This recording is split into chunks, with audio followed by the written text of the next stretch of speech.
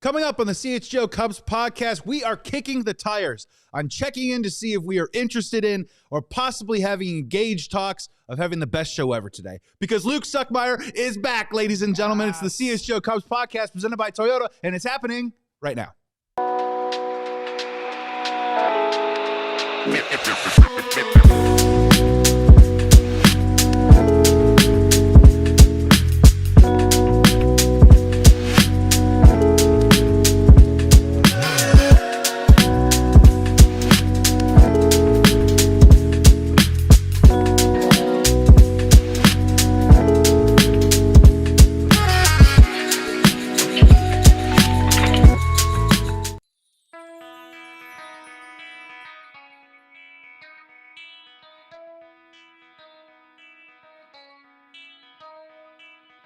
Hey, Chicago, what do you say? It's the CHGO Cubs podcast on a Monday, presented by Toyota. Let's go places. What's up, everybody? Hope you had a wonderful weekend. Chicago Bears going to the wild card round. We're here to talk about some Cubs. Joey Christopoulos, Justin Roman in the studio. Sean Anderson running the ones and twos today. And we have a very special return. It's the return of the Stuckmeyer. That's right, ladies and gentlemen. Yeah. Here he is, everybody. 2026, better than ever. It's the new model, Luke Stuckmeyer. Luke, man, how are you? Thank you so much. Good to see you. Just let us know how you're doing. Someone's muted. You muted yourself. You're not talking. We cannot hear you. Is Luke possibly could be muted as we're doing some Toyota Super Chats Great. here. Craig Brindle. All right. Well, welcome back, Luke. We got Gary in the chat Listen, here right now. We promised Luke visually back. We didn't promise. Hey, there he is. There it is. I don't know what was up with that. Okay, we're back. We're back. Okay. So okay, now I'm going to take a cough break. Tell us how you are. Let's, Happy New Year. Tell us how you're feeling going into this year and where you're at right now. Well, I was trying to say, first of all, thank you to Gary for saying welcome back. Thank you for the Get Well Soon package, the chocolate-covered fruits. Two of my favorite things right now, vitamin C and chocolate. So I will start on that after the show. How am I doing? 2025 ended like a wounded animal staggering to the highway.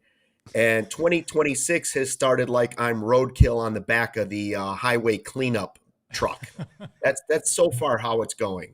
Okay. I feel Not like good. roadkill. Yeah, we've peeled you off the side of the road to hear your Slightly thoughts. bloated. To hear your thoughts on Hunter Harvey. Yeah, right. I've been out 15 days. What's happened really? The Cubs You missed signed nothing. Hunter Harvey. You missed nothing, What buddy. are we doing?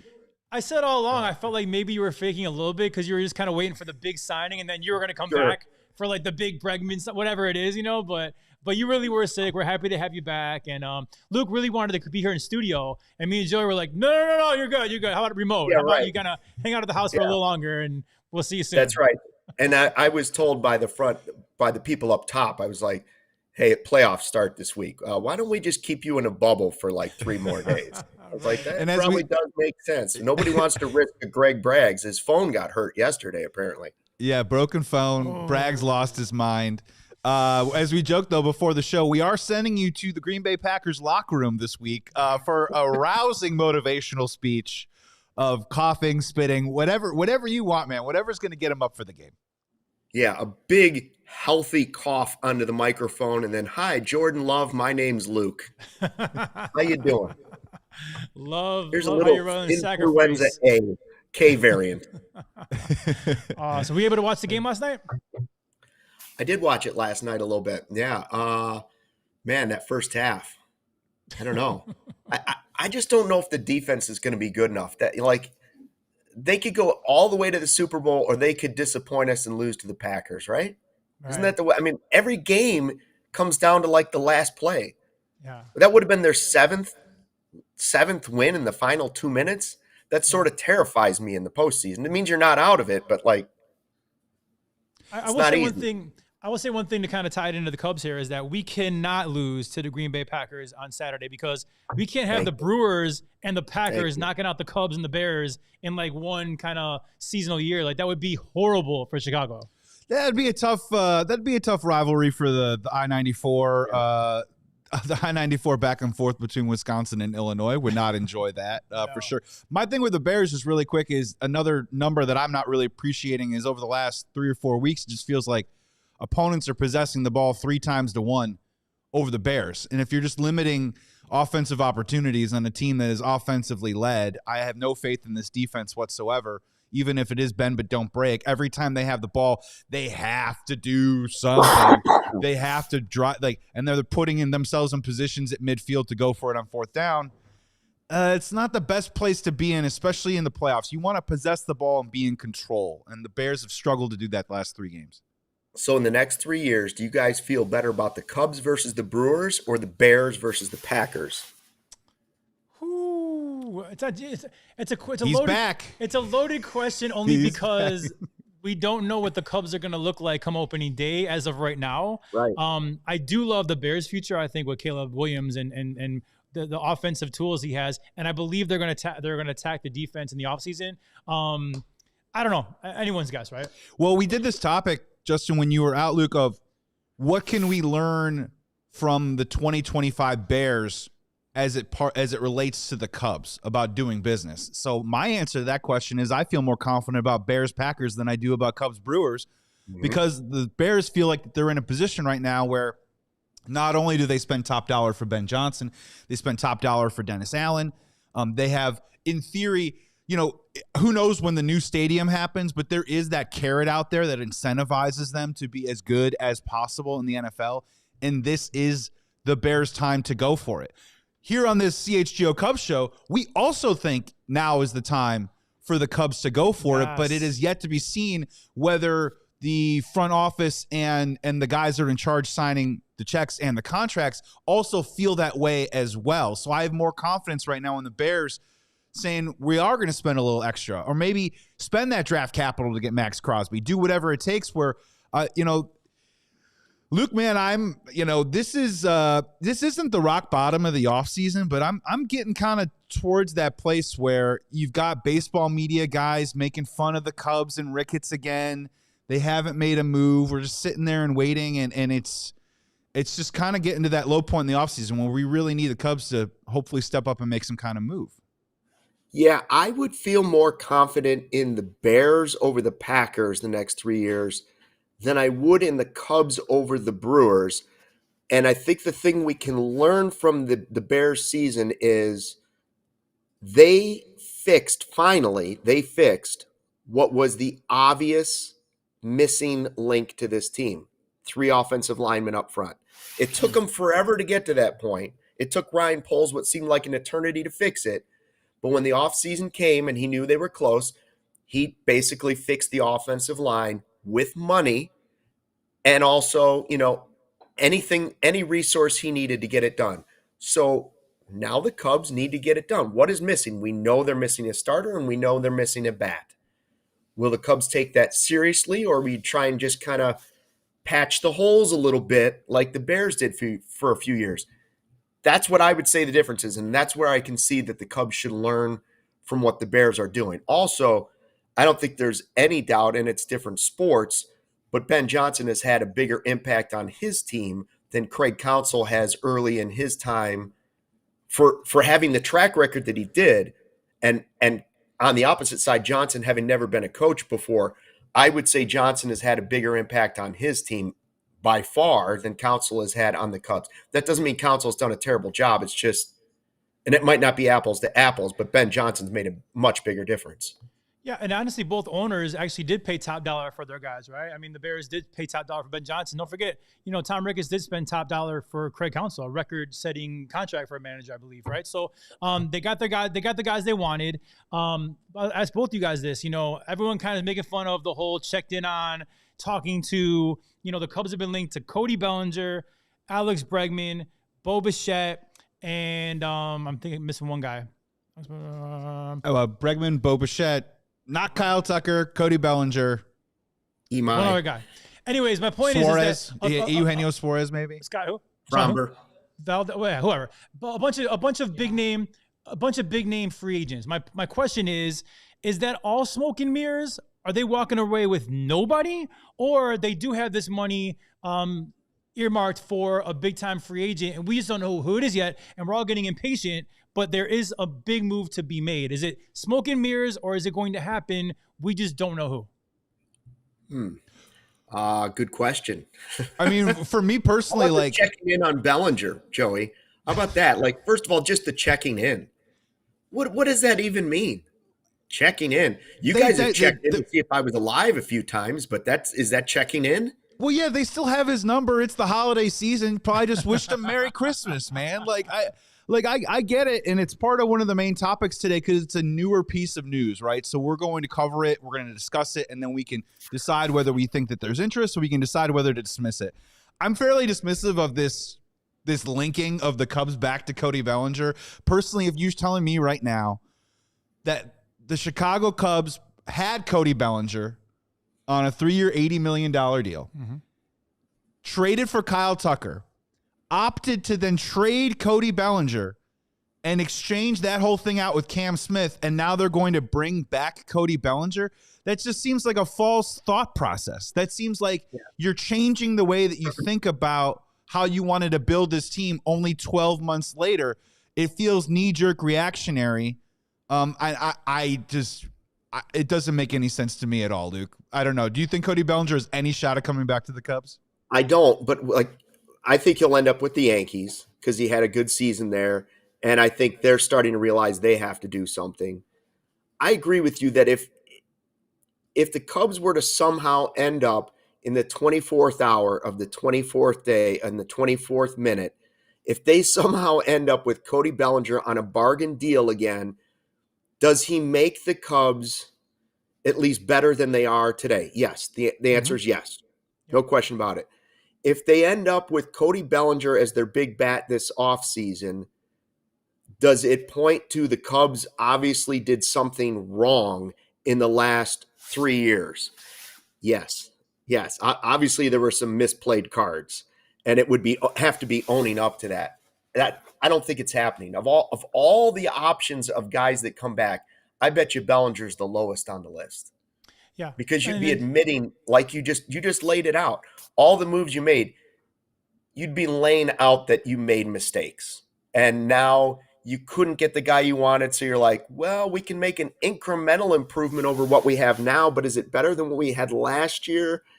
Nah, I can't say that. And real quick, you'd be making an admission about the money thing, right? Like we always go back and forth with, Cubs don't spend money, but they do spend $230 million. Those are the two sides of the fence, and then they have that conversation. If you're bringing Cody Bellinger back into the mix, you didn't have to trade him probably in the first place. You did it to move the money around, which we all signed up for because we were getting Kyle Tucker. Made a lot of sense. Michael Busch took a step forward. Seiya Suzuki had 30 home runs and 100 RBIs. That makes a lot of sense. But moving off of him and then bringing that back is a tacit admission that money had a lot to do with it. And to piggyback that, a lot of people think that I make excuses for the front office in our chat here. And I explain I don't. I'm more of the kind of guy that's like, I'll judge this team on opening day roster versus, January 6th or 5th or whatever it is. But the Cody Bellinger thing, I'm not so mad they traded Cody Bellinger. I'm mad they didn't do anything with the money they got from the trade because it clearly was a salary dump. And I will smash the Cubs in the fact that I was okay with the trade. Fine, you got Tucker, awesome, and you want Michael Busch to be your first baseman, and all that. But you didn't do anything with that money to make our team better last year, and that I think put us behind the 8 ball early on. You saw our bullpen was horrible early on in the year. I know Jed fixed it along the way. So that is my one black eye on the Cubs last year was kind of you kind of lied to us by making that trade, but it really was a salary dump. You didn't really spend that money elsewhere. So that's where I'm mad about the Cody Bellinger thing last year. Now, guys, this year, between Bellinger, Bregman, Bichette, and let's just say Kyle Tucker, or nobody, in your estimation here, what is more likely for the Cubs out of those 5 options right there? I think nobody out of those four, I'm hoping is the least likely, because to rope back around to this Bears conversation that we're having, Luke, is when you talk about those interior offensive linemen, previous iteration before Ben Johnson, before BBJ, before Ben Johnson was what? Coleman Shelton, what was the guy? Patrick Lucas, The guy from Green Bay. Nate Davis, right? Like they were moves. Well. Yeah, they were valuation moves where polls thought he was outsmarting the room by getting someone on the cheap and plugging in there to a really, really important position. And we're sitting here on this show saying that the Cubs need to replace Kyle Tucker, really important part of the team, a 92-win team last year, and they need to add a starting pitcher. And I want them to go out and try and Drew Dahlman this thing. I want them to go out and Joe Tooney this thing, right? So one of those four guys I think has to be the one. Right. I'm still maintaining that I think Alex Bregman is the guy because he just makes the most sense with the dollars, the years, the interest. He's not going to cost as much as probably a Kyle Tucker or a Bo Bichette.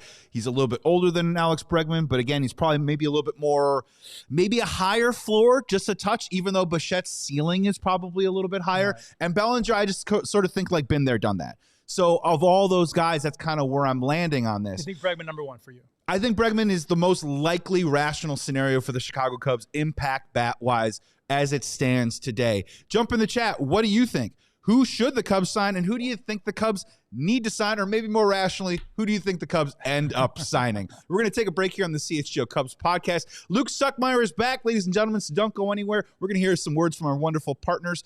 Today's episode is presented by Toyota, and let's take a break right now.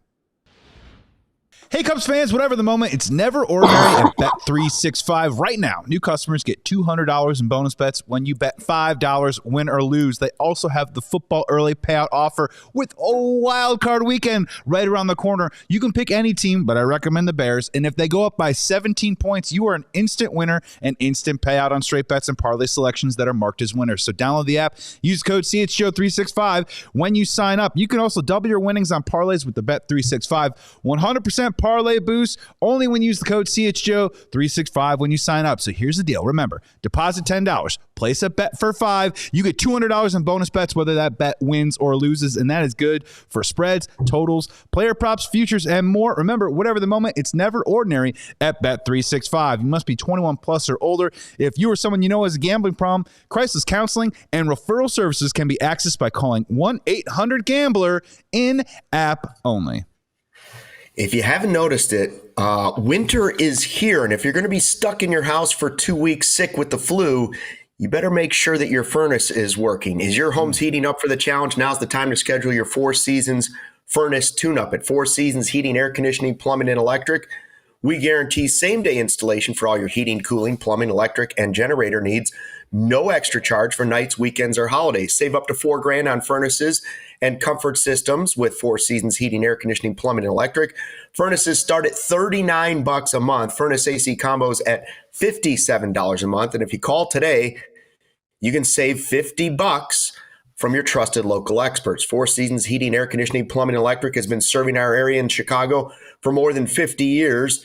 We are sponsored here at CHGO by Four Seasons. Visit fourseasonsheatingcooling.com for all their special offers and money-saving coupons. That's fourseasonsheatingcooling.com. Don't get left out in the cold. Coming back here on the CHGO Cubs podcast presented by Toyota. Let's go places. Great to see everybody in the chat here. Let's do a quick Toyota super chat with Craig Brindle. If you go up just a little bit, Sean, you'll see trade Shaw and sign Bregman. Good to see you, man. Good to see you staying solid. Good to see you staying consistent there. And Craig, I will say, I'm not saying we're not going to sign Bregman. I see a situation where we sign Alex Bregman. I don't think Shaw's getting traded. I think if we sign Bregman, I personally think Nico Hoerner is the one that gets traded and not Matt Shaw. There's my hot take. Yeah, Luke, I don't want it. I'm not saying I'm advocating for it. Yeah. I'm just saying I think they keep Shaw and you trade Hoerner at that point if you're signing Bregman. Yeah, Luke, like what is the we're getting words about maybe trade talks heating up with Edward. John Heyman had a big weekend. He did, Luke. And I said very sarcastically, he was doing the Lord's work, parentheses Boris's work for him this weekend, trying to heat up the market and accelerate it for a lot of guys that are clients of his. Throwing the Yankees name in there, which the Yankees and Cubs have seemed to be kind of pitted against each other in terms of just interest in players. Do you see? And the question also of which one is most likely, least likely, feel free to answer that too as well. But again, Bellinger, Bichette, Tucker, Bregman, which one do you think is off the board first? All their markets have seemed to slow down to a bit of a crawl. You're hearing nothing about Kyle Tucker right now. Nothing, which is crazy. No. There's nothing going on about Kyle Tucker. If Tucker's the last one on the board, he'll end up with the Dodgers. That's my prediction. If it unfolds that way and he's the last one on the board and everybody spent their money and they're looking at it saying, I don't know, I'm not sure which guy he is, the Dodgers will be the team that'll give him some insane amount of money for one season and he'll roll the dice and come back again and he'll chase a ring with the Dodgers. That's what'll happen, I think, with Tucker if it goes that way. And by the way, I shouldn't say the Cubs have only done Hunter Harvey while I've been out, because let's not forget Tyler Austin. Oh, and sure. And think about how excited. Listen, Cubs convention is what, like 10 days away, something like that, or 11, less than 2 weeks, 11 days away. Mm-hmm. If they come out and alphabetically introduce him as the first player, and they're like, "This offseason we added Tyler Austin," that's a disservice to him. It's nothing he's done wrong. It won't be fair, right? Unless fans know that something else is coming down the line, there will be an angry fan base if that's what happens if we get to that point in 11 days. So do I think the Cubs get something done before Cubs convention? I do. I think they would love to time it out to do it literally the day Cubs convention starts. Yeah. They're not going to wait. They're not going to do that on purpose. But if it gets close and they're like within a couple hours, they will hold that information as long as they can. Follow up to that. Do you follow up to that really quick? Do you think that said player would be in Chicago? They would do everything possible to make that player available. Yeah. Even if it's a trade. Now I don't think it's Tucker. I don't think it's Bellinger. I think the most likely addition bat-wise is still Bregman. But you have real competition eventually when it comes down to it from the Red Sox. Mm-hmm. They still really want him. And the Cubs do have a cheaper option if they want to go that way. So I still think the most likely option is they don't add a bat of significance. Not one of these four guys that we're talking, not Bellinger, not Tucker, not Bregman, not Bichette. I think the most likely possibility is the Cubs add none of them. And they're just waiting to see if some bargain falls to them a la Bellinger 2.0 happened the first time, you know? Like, I don't know about Bellinger 3.0, but 2.0 was not as good as 1.0. All right. Well, and Justin, they got themselves in a really interesting scenario, too, where, like, let's just say they continue to push the trade market. Mm-hmm. And I know we keep bringing up his name, but, like, they have to be pretty careful that if they do want to land a front of the rotation starter, and whether it's Edward Cabrera or Mackenzie Gore or whatever the name is, if Matt Shaw is in that deal, that then changes the price of what Alex Bregman will be. Right. Because all of a sudden people look around to the Cubs and say, well, you don't have a third baseman, do you? Yeah, it's like almost like the chicken or the egg. What comes first, right? If you sign Bregman first, maybe your negotiation leverage lessens a little bit on the trade market. But if you trade someone like Nico or Shaw first, now leverage on the free agency with Alex Bregman. You know what I'm saying? Like, it's kind of like there's leverage on both sides that are going to play here. I said it before, I'll say it again. I know the optics are really, really, really bad. I don't care personally about Cubs convention being a deadline for this front office. Yeah. I want the best player at the best price, at the best budget for this team by opening day. I know the optics are bad, but again, I don't want to jump the gun or drag things out just because of this like false Cubs convention deadline. Am I wrong for that? No, I don't think you are. I think part of it, though, is I think that's a consideration with the Cubs just from a PR perspective, right? And Luke, I know you were saying it tongue in cheek, but like, there's some truth in that. Of like, Tyler Austin is also calling the Cubs, being like, all right, so I'm not the headliner of this thing, right? I'm just triple checking here. I know I want a lot of shine, and I'm happy to come back to the major leagues, but I'm not like the big signing, am I? And it just changes a little bit of the tenor. And I would like to believe that the Chicago Cubs would want Cubs fans at the convention to be excited. I know that the 2016 reunion is going to put a lot of gloss over the inactivity of what's happening right now. And for those of you that also aren't familiar, I believe Bruce Levine over the weekend did report. It makes a lot of sense that any current player or active player in Major League Baseball that is a former Cub will not be there out of respect, obviously, for the current clubs that they're with. So Agreed. Kyle Schwarber, knock him off the list. Javi Baez, knock him off the list. Chris Bryant, also, I know, surprising, still in Major League Baseball, knock him off the list too as well. That kind of sucks though, because those are three very important pieces to the 26. I know you can't like push it back, but it does kind of suck to have a 2016 reunion, but you can't have Javi, KB, or Schwarber, right? It's like, it feels almost like empty to me. Yeah, but it's realistic. It's just realistic. The difference between some of the other ones, like when the White Sox did it, these players were so much younger. The Cubs won it with like a bunch of rookies first year. Yeah. Like they're all still in the game. It's only 10 years. Yeah. Some of them aren't thriving like they were, but Chris Bryant can't, with that contract in Colorado and not playing, show up at Cubs convention while he's on another franchise. Like, I mean, Kyle Schwarber can't sign his deal and then show up and be like, hey, I'm here. Right. Look, here's a funny question, though. I love Chris Bryant for what he did for my team, right? For what he did for the Cubs. But they hate him in Colorado. Could it get any worse if he did come on stage and we all just go crazy for him? Could it get any worse for him in Colorado? It could. If he was showing up celebrating with another team before he went to spring training with the other team, he can't show up to spring training with the Rockies and be like, I just came from Cubs convention. Like that report was factual that Bruce put out, but I think it was, I don't know how it's surprising to anybody. Like, of course they can't show up for that. Now, no matter how much they want to. Yeah, best time of my life. Kyle Schwarber just signs a $150 million deal with Phillies, and he's like, "Oh, that was the greatest time of my life." He'll be alive for forever. 20th reunion. Okay. Yeah. Luke, couple minutes before we go to break here. On the other side of the break, we are going to talk some pitching. Stick around because we're also going to have our lovely segment coming back in 2026 for the first time. A Stuck With Me, Joey Cristobal, and a Just in Time. Want to just round out the hitting really quick.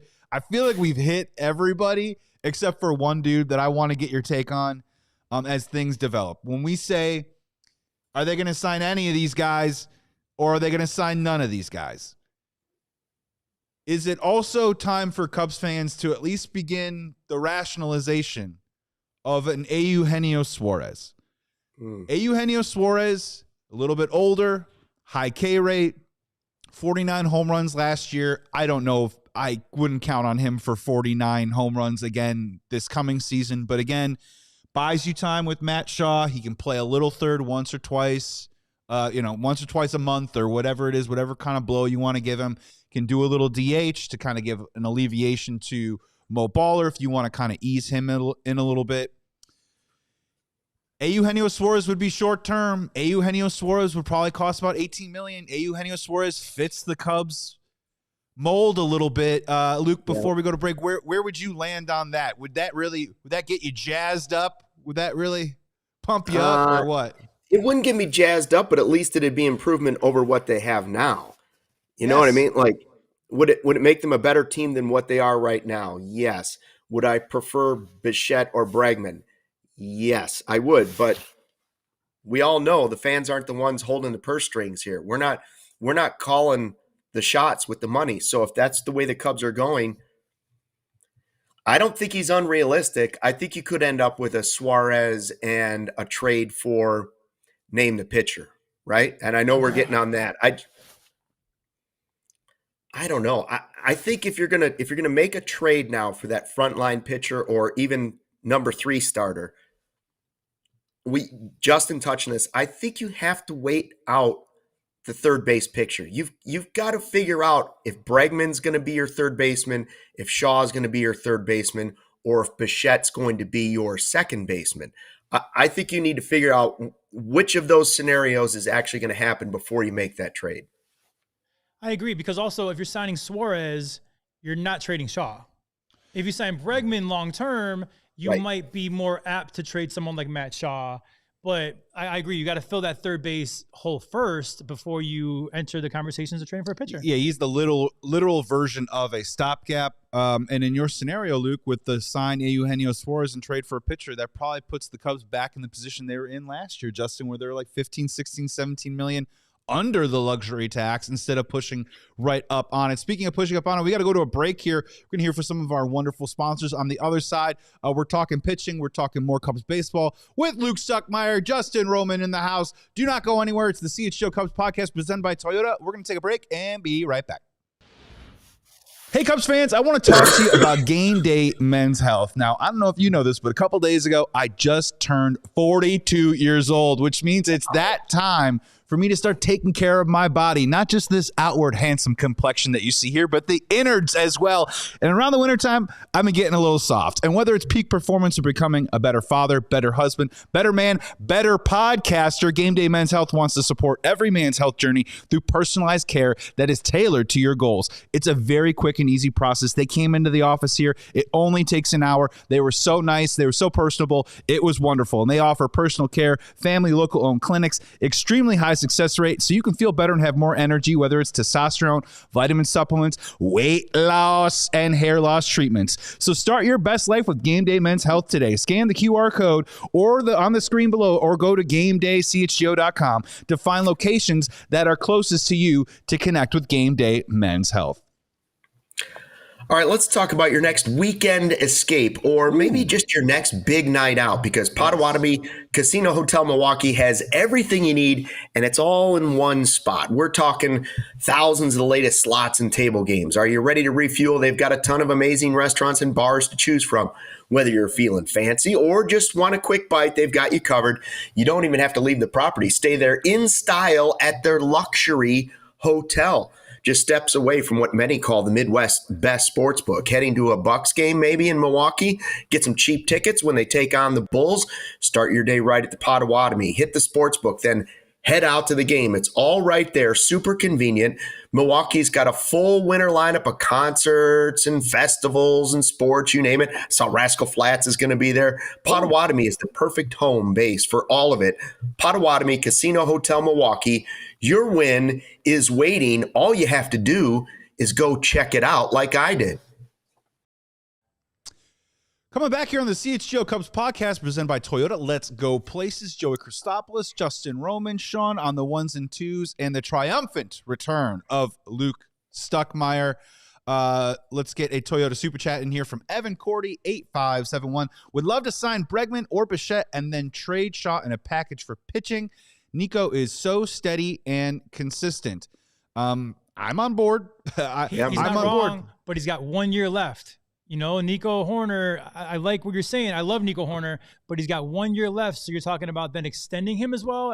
We don't know what his price is. Or, again, Shaw is on that rookie deal for years and years and years. It's you got to think about all that stuff. Yeah, no decisions to be made for sure. Who's more valuable to another team, Nico Hoerner or Matt Shaw? Matt Shaw right now. I guess it depends on which team you're trading him to. Like, if you're trading him to a team that's thinking about 3 years from now, Matt Shaw's the more valuable player. If you're talking about the Yankees, then Nico Hoerner's more valuable. And, you know, it's Seattle, funny, it's funny you said the Yankees because Jim Bowden on MLB Radio said that the Yankees are looking hard at Nico Hoerner. So take it for what it's worth. I know that guy's been wrong before, but, you know, we're all just kind of guessing and connecting the dots right now. But, you know, Nico's name has been in trade rumors for now 2 seasons in a row. And, you know, he's an impending free agent. I mean, it makes sense for someone like the Yankees. You're right. But we'll see. We got to sign that third baseman first. Otherwise, they're both staying. Yeah, Luke, I said it on the show last week that it's just like the thing that would really bum me out is because of a free agent signing or because of a particular trade, it means we then have to move Nico Hoerner's money off the books, not the player. Yeah. His money would have to come off the books. And I said it'd be like telling the new family, we just bought a new car, but now we have to get rid of the dog. It's like, all right, we can have both things at the same time and still try and survive. I want to move over to the pitching side with you, Luke. We did a lot of Tetsuya Amai here on the show, and he decided to make his choice to take his talents to Houston. 3-year deal, $54 million guaranteed, up to $63 million. A lot of escalators and incentives there, $10 million posting fee, and also he's able to opt out after 1 year. I'm going to keep this broad and open for you. I just want to get your take. We haven't heard your thoughts on the Amai signing with Houston, and did the Cubs get it right or get it wrong by not coming correct and trying to outbid the Houston Astros for his services?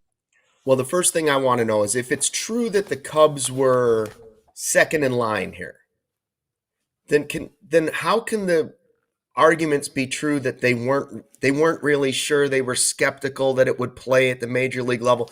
Like, which is really true? Were they interested or not? Like, it doesn't matter if it's 80 million or a 1 year or an opt out. Either you like this guy in your near the top of your rotation. It's not like we're saying, oh, they were going to give him a 5-year deal and roll the dice on the guy for a year. That's a totally different story. Like, either they were interested in this guy that was going to get this deal or they weren't.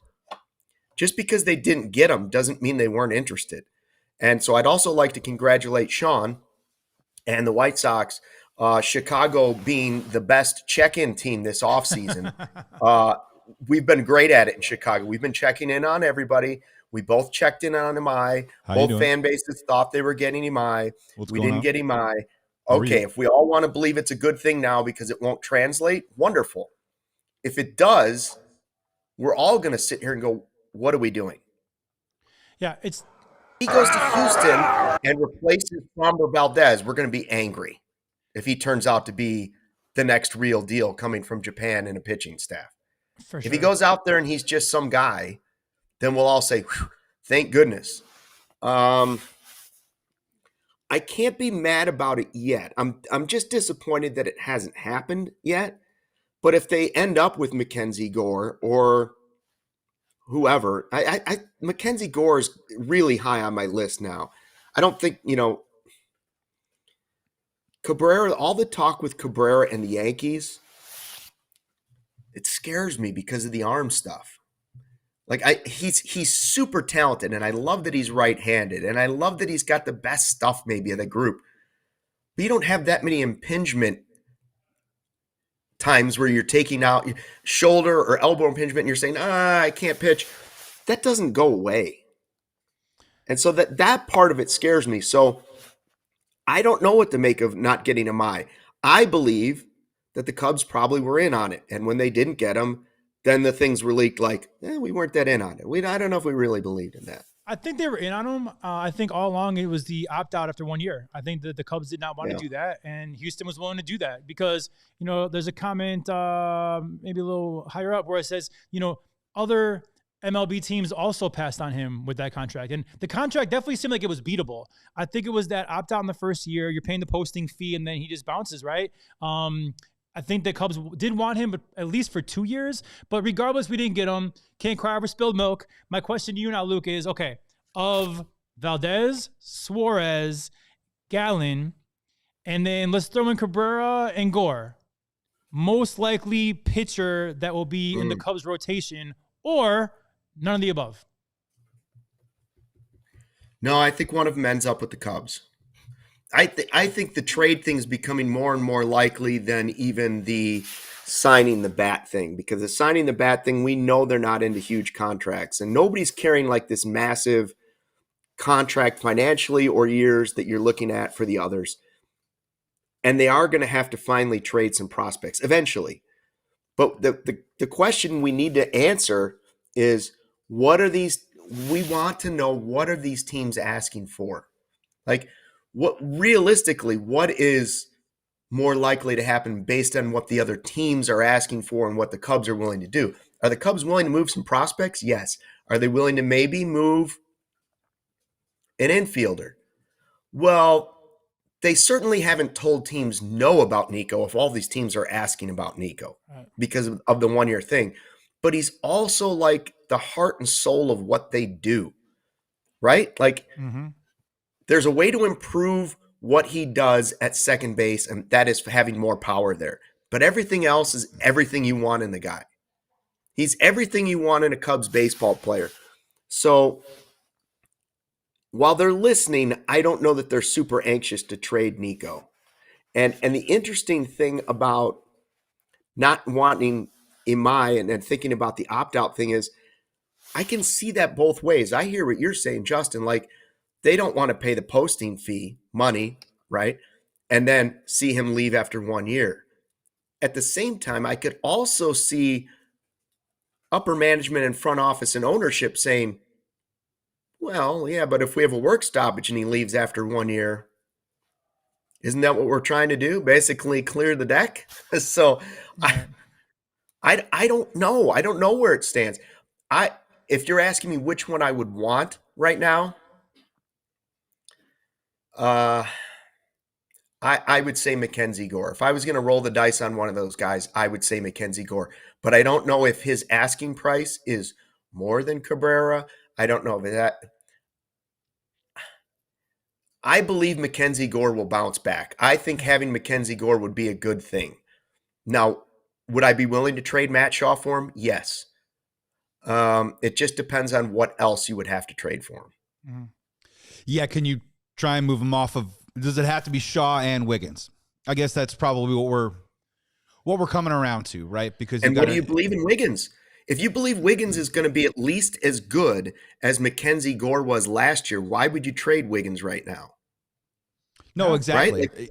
They're certainly going to want pitching back, but I'd be more willing to give them pitching lower down, like high-end guys in lower levels, right? Like really highly thought of prospects. I'd rather give them 2 of those and let them double their chances than I would Wiggins if Wiggins really is Cade Horton next year.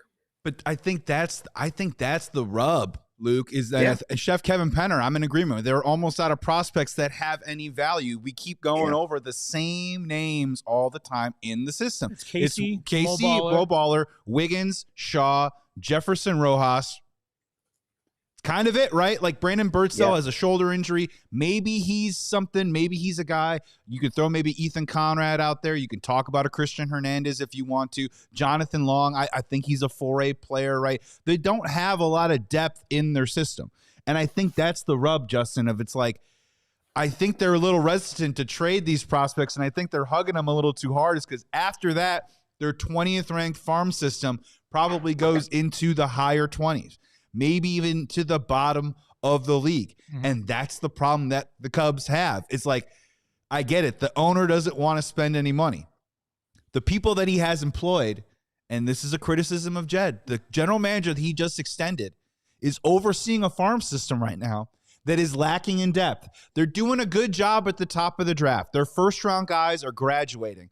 The guys, when they traded the Cubby core, a couple of them have cracked through. Not Caleb Killian, right? But Pete Crow Armstrong, yes. So they're able to go out and they canvas guys that they want from other systems and bring them in. But outside of that first round, out of those high picks like a Horton and a Matt Shaw, none of these other guys are really developing the way that I think that they would like to per the amount of money that they want to spend, which is why I just keep sitting here. And it's not just a Cubs fan thing of me sitting on a couch eating potato chips being like, spend money. It's because I think it's the only course for them to get better at this time right now. If they want to pillage those top 4 or 5 guys that we all know the names of, go for it, right? Go for it. But then that's it. Then you're kind of done, right? Yeah. And they're in a cycle right now when they should be competing. And it's so funny. My final point on this is we're in the same situation, Justin, where we did shows around the trade deadline, and we would ask ourselves a very fair sports narrative question of what do the guys in the locker room think when a front office does nothing for you at the deadline, when you're going for a division and possibly going for a pennant, and they don't add in any reinforcements. What does that say to a locker room? Does it say that the front office believes in you? Does it say that the front office thinks that you're close? We're going to go one step ahead. The inactivity of this offseason continues that storyline of does this front office think that they are really that close to breaking through as we think? Because if they do believe that, then they should be adding reinforcements to this group that is already really solid. This ultra defensive team with a bunch of guys that are rock solid, but none of them are superstar players. They should be adding to that right now, just like they did at the deadline, and they're struggling to do that again.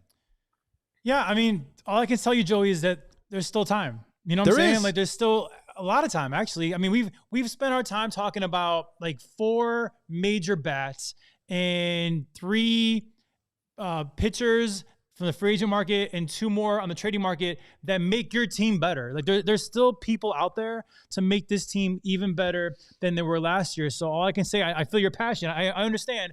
All along I said they were going to make 1 free agent signing and make 1 trade. And I still really believe it's going to happen. I mean, there's still possibilities of both those things happening. It's just kind of a game of musical chairs right now. Like, who do we get on the hitting side? Who do we get on? But I think both areas are going to be addressed.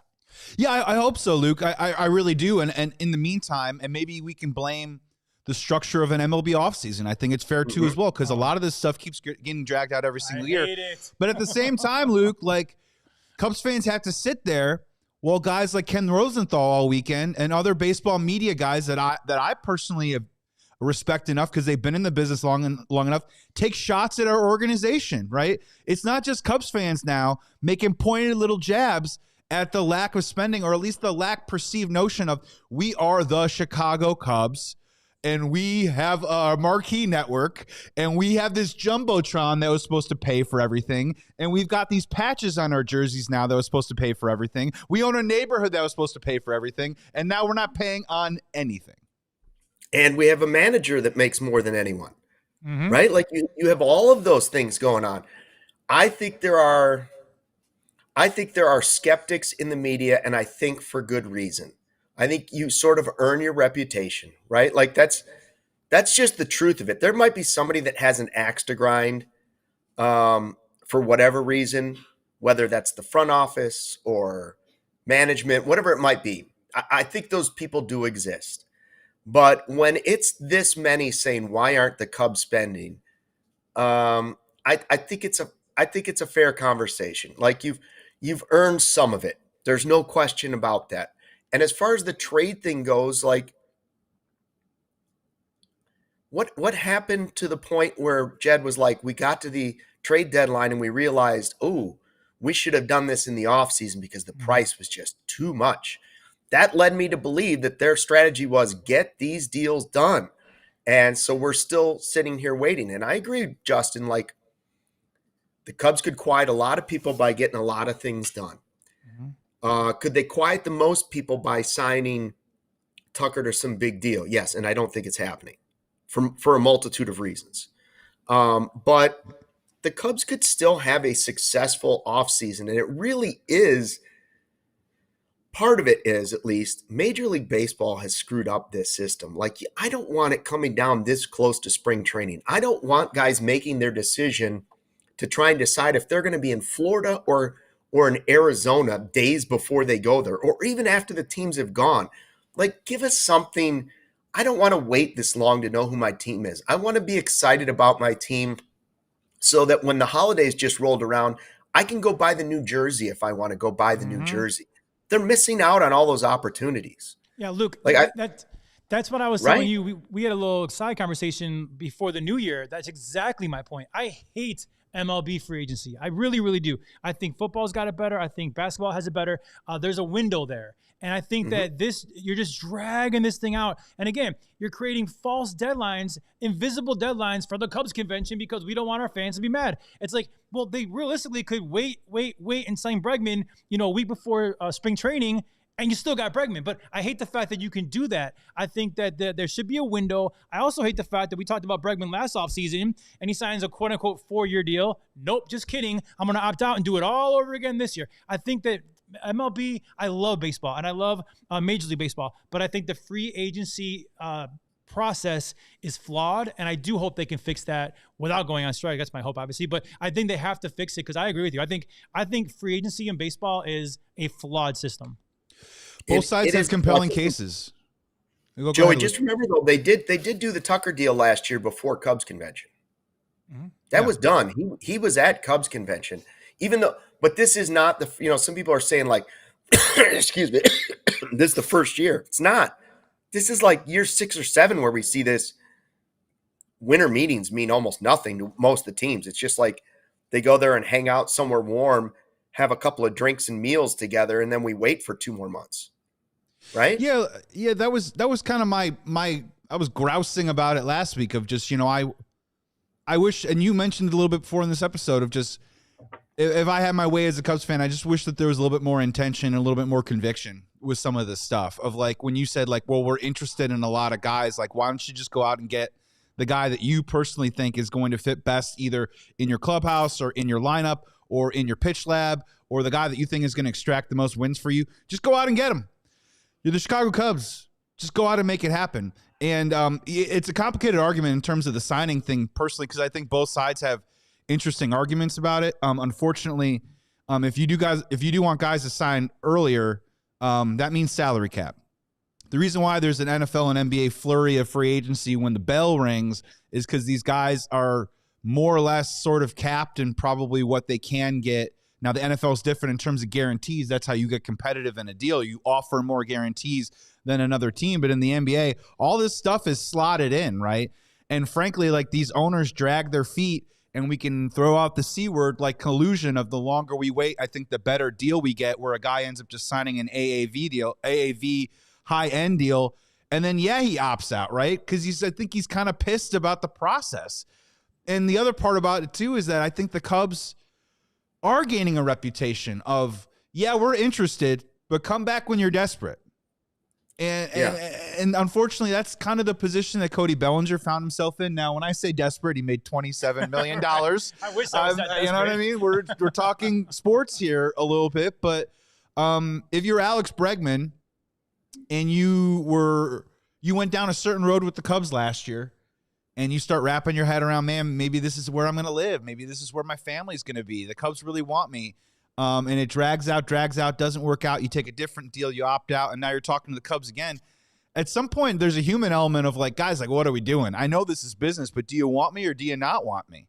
And the Cubs seem very, very content dragging it out as long as possible and grinding a player down to get it at the price that they want. And I applaud them from an on-paper perspective, but from a human baseball perspective, I can imagine that maybe being a little grating at times. I have a question for you guys, and it just kind of popped into my head. I never really thought about it before. If there were a salary cap and a salary floor coming, and that was going to happen in 2 years, would Jed Hoyer be a better president / let's still call him general manager if you want, okay? Would he be better at this with a salary cap, salary floor, or would he be better at this in the current format Major League Baseball has? Like, which actually would benefit Jed Hoyer in the job that he's doing? Would he be better at it in the new rules, or is he going to be a better job at that in the current rules? He would be better at it with a salary cap, because then teams wouldn't be able to spend a certain amount. Then they would be capped if they did spend on an Ohtani. So then that way, this kind of flesh wound that is not signing a star and consistently letting Bellinger, Tuckers go out the door, I think it would be able to, you'd be able to satiate that, need for a star a little bit easier. You could maybe also make that argument that maybe he could sell more on the intangibles of the Ivy.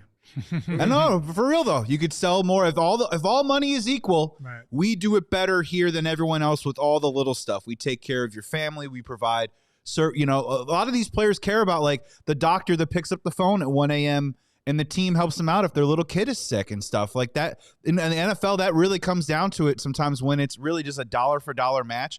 What is the fit geography wise, vibe wise, locker room culture, all that stuff starts to play a little bit more of a role than money. Yeah, and I think go ahead, Justin. I think that Jed is actually, I may get crucified for this, but I think Jed is actually pretty good at his job when it comes to, like, finding, identifying deals. I think he's pretty good at trades. I think having a salary cap and a salary floor, now you have parameters which to operate in. I think he would thrive in that situation. But Luke, I think that for me, salary cap, yeah, but salary floor is the key word here. I think you put in a salary floor in baseball free agency, and it's so much better all across the board. I think if you're forcing the Pirates and the Rays and those guys to spend money, there's more money to go around. I think it's a healthier baseball offseason. I think, listen, they got to change a lot of things, but salary floor for me is one of the highest priorities I think that baseball needs to implement, because that will fix a lot of these problems. I hear what Sean's saying, and I hear what you're saying. I can't decide which Jed would be better at, the salary cap world or the current world in Major League Baseball, because I think current world. He's already sort of operating in some sort of salary cap world. At least we believe so. But you know who's really shown when it comes down to, all right, everybody's going to be spending about the same amount of money. The Brewers have shown that they're elite at that. Elite at it. Like, better than the Cubs. The Brewers spend way less and are still better than the Cubs. So while I agree, I could see a world where Jed is better in a new format than he is in the current format. I can also see why a team like the Brewers would be like, yeah, but we've already been doing this. And as long as we spend above the floor, who's going to be better to do it than us? That's the one thing that scares me. There are teams, yes, it levels the playing field for you with teams like the Blue Jays, the Mets, and the Dodgers. But it also increases the chances of those lower teams, if are already over that floor, the ones that really know how to work the system, I would think they have an advantage too, no? So my pitch for current system over salary cap is, first of all, salary cap, I don't want it because, frankly, the owner will every year just go, darn it, we ran out of money. We wish we could. We totally would. I promise you we would, but we can't because of the rules. Oh, the rules, they're written down. They're right here. They're on the wall. The thing about the thing with Jed is, the thing that worries me about salary cap, and this is where we have a slight disagreement, is I think that means more years for players where you're going to have to spread money out. Personally, I think if you're the Chicago Cubs, I think you should be in the business of high AAV. And if you want to have short-term deals, or if you want to get creative with a Shota-type contract, the Chicago Cubs can do that. I think that Jed Hoyer thinks about things in 3 to 4 year cycles, which is why I'm so mad about this one-off season, because I think this is year 3 of a 4-year cycle of having a core of players together to try and go for it and do something. It was 83, 83, 92. Let's see what happens in this 4th year, right? And I think he's gotten good at finding the valuation of flipping guys and rehabbing guys. If you have a salary cap, in my opinion, AAV goes down, years go up. So I think the 10-year contract comes back. I think the 6-7 year deal for a pitcher comes back because you can only give him so much money that can slot into a team every single year. And one way or the other, I think the salary cap does eventually screw the players, but in some way they still are going to have to get paid. It's a great argument. I don't even know if I fully believe. I don't have the full conviction of what I'm saying right now because I think it's really complicated, right? But I would think that if Jed, and look, I texted you guys a real sicko text this weekend about how the Cubs could go over the luxury tax this year and fly right under it next year and sign guys that we're talking about right now that Cubs fans wouldn't even believe. But I do think that flexibility, that they've gotten good at some of this lower mid-tier stuff. And with the high floor, I'm with you. I wish the Pirates would spend more, but you are then giving money to lesser players. And there's a weird bubble that it starts to create, sort of like in the middle, where you're starting to say, well, this guy has a 5 whatever ERA, but he's making this amount. It gets a little complicated in that, but it's a good question to think about for sure. Yeah, are we going to save our New Year's Eve stuck with me? Do we want to save that for tomorrow? How long can you still do New Year's stuff? You know, the Larry David thing? How long can you still wish somebody Happy New Year's? I didn't know if I was supposed to do that. Well, what are we, January 5th? I like what you just brought to the table, so I think we should save it to tomorrow. I left the house today, and my wife Mara was taking down the Christmas tree. No. Oh, no. No, too early, dude. Today was the day. Bro, is yours real? Are you a real tree? No, fake. It's a fake. She's allergic to pine. Oh man, I don't know. That seems early. I can't do it. Took it down yesterday. What? Wow. Yeah. Why do you guys hate Christmas? Like, what is this? I didn't do shoot. I woke up. I'll tell you what, like, honestly, in the Roman household, we're talking about probably it'll be down June. Week of February. Ricky, all January. Listen, my wife goes crazy for Christmas, and that means bins on bins on bins on bins. I said, listen, I'm down, but we're keeping this up. This Christmas spirit is going to be up through January because it's a lot of work. I'm not doing it for a couple weeks. So if you guys want some Christmas cheer, come to the Roman household. It'll still be up in January, but February is done. We're out. Happy St. Patrick's Day and Christmas, still from the Roman household. It's the Clark Griswold meltdown after the squirrel goes out the door and Snot the dog jumps out and he has the total meltdown about the boss. That's how I feel. We're going to have the happiest. Yes. Oh, real quick, before we go, we got to go in like 1 or 2 minutes. But before we go, Luke, you got to weigh in on the Christmas draft. Highly controversial around here. Do you remember? Yes, I missed the whole episode. Yeah. Do you remember the Christmas draft at all? Because Twitter is a weird, twisted place. And I won the poll on Twitter, but Justin also had Jesus and Santa on his draft. Oh boy, that's board. a tough combo. In the first 2 rounds, my first 2 picks was Jesus and Santa, and then Twitter decides that my team wasn't strong enough. What? Well, now wait a minute. Did you guys end up labeling it the Christmas draft, or did you label it the holiday draft? No, well, we labeled it the Christmas draft. It's up on the screen right now, if you can see. Well, if you're doing the Christmas draft, Jesus is pretty high on that list, you know. I mean, he's pretty much a lock at number 1. And then to put Santa Claus number 2. Let me look at this. Now this is Joey's got Christmas Tree, Home Alone, The Grinch, Cookies, Wham! Last Christmas. Yes, I took a Christmas song off the board. To be fair, though, I think Justin drafted Santa Claus the movie because whoever produced this Sarah spelled it put wrong. Santa Claus with an E. She So this spelled is it the wrong. clause that makes you Santa right. if Santa dies. If you go back and listen to the see pod, that. I The definitely Santa specified Claus. it was Santa Claus, like the guy, the man. Yeah, okay. It's not your fault it's spelled wrong. I think Jared loses. I don't know if you can put cigars and smile on kids' faces next to each other. Why, they Is go Santa not perfectly putting- together. Wait, Santa's not putting Cubans in your stockings? Yeah, you're not blowing stogie smoke at the kids while they're opening up presents. And Gary in the chat says, not everyone celebrates Christmas, Justin. So Joey, I understand, but it was the Christmas draft. I mean, like, I understand you may celebrate Hanukkah, but this was the Christmas draft. Jesus and Santa, that's a dynamic duo. Yeah, Also, Hanukkah here is still on the board. Joey apparently wins because he took the Christmas Tree, a song called Last Christmas, You mean the and tree then that 2 movies everybody's taking about down Christmas. already? Shots fired. Yeah, well, I mean, I took the New York, the Times Square Christmas tree. I took a tiny tree. I took a big tree. I took a small. I took all the Christmas trees. The way you took all the leftovers, I took every Christmas tree on the planet. Pretty powerful. More powerful than Jesus? No, but I don't think of cinnamon. Justin's third pick was cinnamon rolls. I don't think of cinnamon rolls necessarily as a holiday thing, but they're one of the greatest things on the planet.